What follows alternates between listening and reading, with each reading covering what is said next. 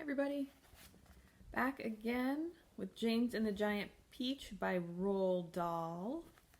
We are on chapter 3, and James is pretty sad.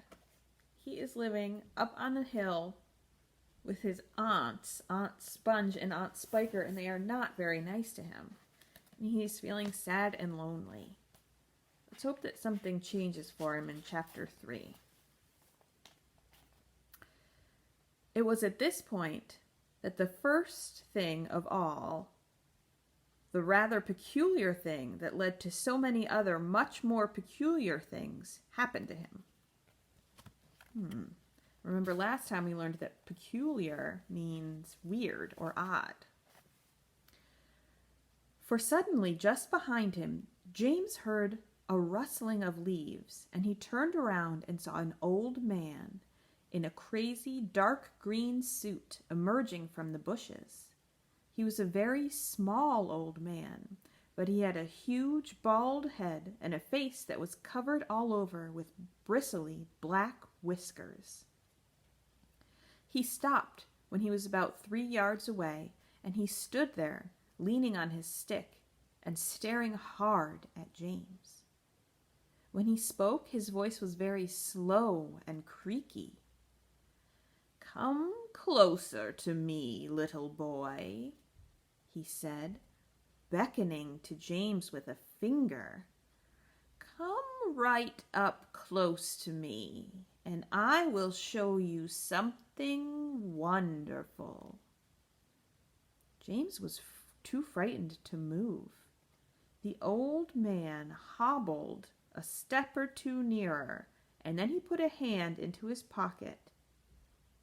pocket of his jacket, and took out a small white paper bag.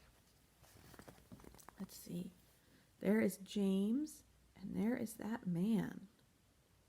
That man seems pretty peculiar to me. "You see," he whispered, waving the bag gently to and fro in front of James's face. "You know what this is, my dear. You know what's inside this little bag?" Then he came nearer still, leaning forward and pushing his face so close to James that James could feel breath blowing on his cheeks. The breath smelled musty and stale and slightly mildewed, like air in an old cellar. "Take a look, my dear," he said, opening the bag and tilting it toward James.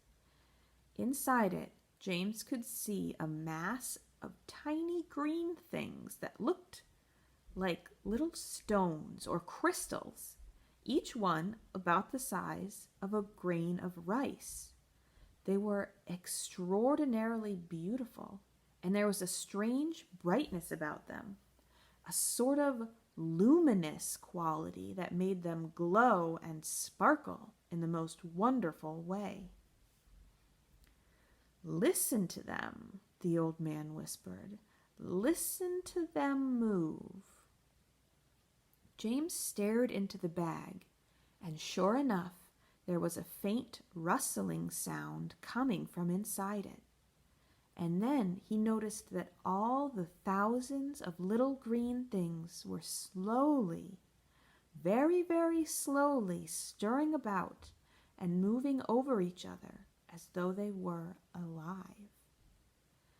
"There's more power and magic in those things in there than in all the rest of the world put together," the old man said softly. But what are they?" James murmured, finding his voice at last. "Where do they come from?" "Aha!" the old man whispered. "You'd never guess that." He was crouching a little now and pushing his face still closer and closer to James until the tip of his long nose was actually touching the skin on James's forehead. Then suddenly he jumped back and began waving his stick madly in the air.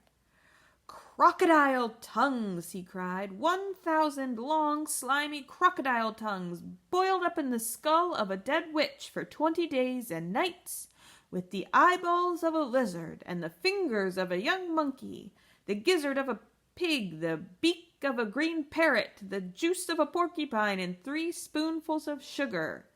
Stew for another week, and then let the moon do the rest.